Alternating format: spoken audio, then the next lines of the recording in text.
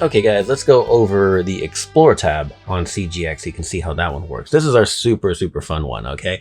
Couple of different ways that I recommend getting started. So no matter what settings you're on at first, if you hit the double arrows on the bottom, that's full random, and that's fun.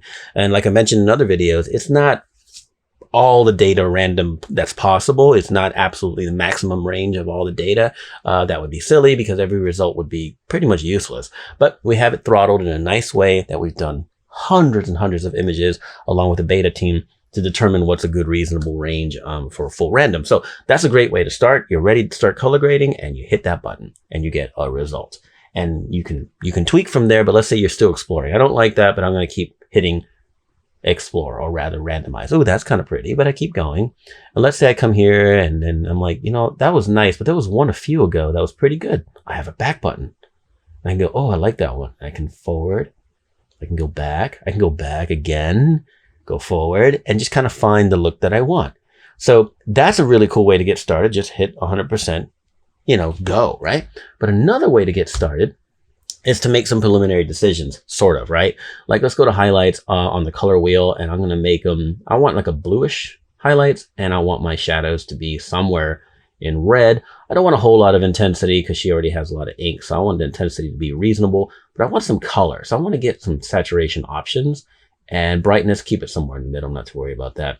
And maybe contrast somewhere in the middle. But now instead of hitting the shuffle button down here, or the randomize, I hit the arrow, which is our play button. We hit that. Everything that's going to randomize now will be in the ranges I just picked. So I hit play, and I hit play, and I hit play, and I hit play. And what's cool is that the fact that it's using curves layers for the hue shifting, for the highlights and the shadows and whatnot, the blending together of these ranges, these luminosity ranges, if you will, can create some unexpected things that can be really beautiful and exciting. So that's one of the reasons why we use curves. Now, the first thing I'm thinking as I hit play is that I like a lot what I'm getting, but I'm not seeing my colors as much. So I'm going to give me some more intensity options and then keep hitting play. Okay, I sort of like where that's going. Let me see if I can find something that I really love. I want my highlights maybe more options, so I'm going to pull out to green. Let me see if I get some more greens. So I can explore fully. That's what I'm doing right now. But let's say I decide I'm going to try to find something that I like. Oh, okay. I like that. It's got like some greenish highlights. I've got my orange shadows, but I like the overall contrast and brightness. So I'm going to leave that alone, but maybe I'm not totally sure about the highlights. So I'm like, well, I kind of like the green, but maybe I don't. I'm going to try to pull it more towards purple. Now I just hit the plus symbol, excuse me, the play button in the middle, and I can just cycle only the highlights. Very subtle, using again curves to get a nice smooth result. Keep cycling that, and I'm doing it right now. Click, click, click. I ended up kind of back where I started, but you know what? I don't mind that so much. And on the shadows, let's explore more into purple and away from that, you know, yellowish orange, and then just hit play, and I get various purple to red options. Oh, I kind of like that muted. Maybe. Keep playing with that. Oh, I like that warm.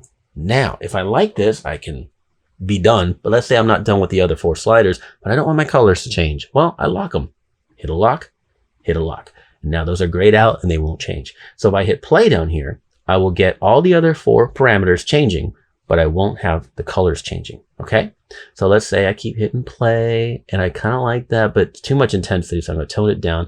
I don't want it to explore super high intensity. I kind of like it not. Oh, I really like the intensity now. So I'm going to lock that, and I like that saturation too. So I'm going to lock that. And now when I hit play, I'm only getting variations of brightness and contrast, the ones that are available. See how cool that is? I can narrow down my search, if you will, until I get something really inspiring.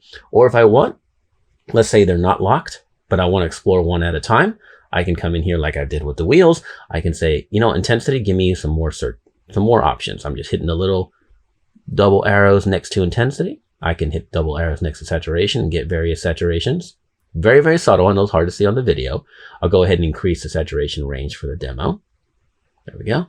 And now we can see that we get all kinds of random saturations, just in case, you know, you're not sure, but you want to be presented with something that might inspire you. There's nothing wrong with that exploration. At this point, I can also, like I said, do that with brightness and get various options, and of course with contrast, all kinds of things I can do. If I do not want contrast modified, I can just hit the little I, and now contrast is off. So no matter what I do from here on out, contrast won't change at all. Okay, it's exactly the same contrast of my original image. Even if I don't want brightness on, I can turn that off. Now I'm only doing color, saturation, and intensity without changing the brightness and contrast of my image. The opposite is also true. You can sort of, turn off, well, you don't want to turn off intensity. Let's turn off saturation and let's turn off intensity. That's going to turn off my color. And now when I hit play, I'm only going to get brightness and contrast options. Okay. I can even turn off brightness and hit play over and over and simply get contrast options. And you never know what they'll be as I hit play.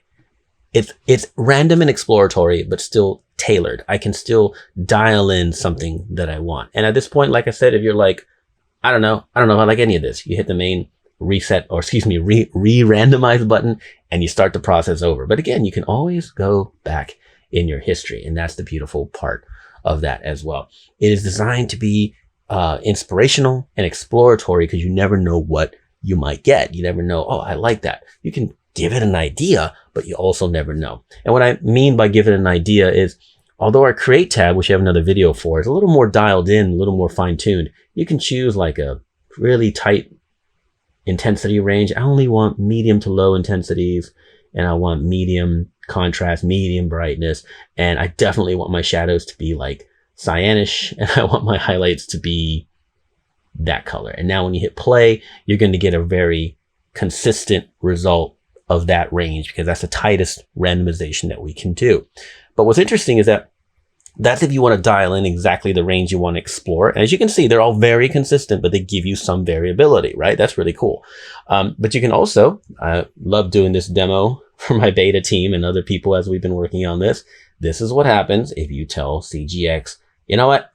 Go crazy. Give me all the maximum range. The maximum range, again, is actually not 100% maximum of what it could be, but this is what happens when you tell CGX, give me anything. And this might inspire you. You never know. You could be like, a lot of these aren't usable and are silly, but you never know what could come from it that sends you in a direction that you didn't anticipate going in your work, right? And at any moment, again, you can just reset and go back to our default recommended parameters to get started.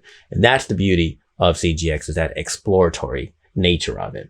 And of course, like always, let's say I like that one. I have a preset button. I can hit it, and I'll just call this one washed out warm. Making stuff up at this point, don't know. And I'll put that under warm grades, hit save, go to presets, and here it is under warm grades. I have warm 2, I can call at any moment, sunny, I have washed out, and I can call one that I actually use on a real project, greens and pinks. Oops, actually, that we'll show you that in the preset video. Make sure you watch that so you understand how the presets work. Okay, but let's go back to our washed out. And there you go. So we can always tweak. Explore is about deciding how exploratory you want to be and then getting inspired, because you never know what you'll find.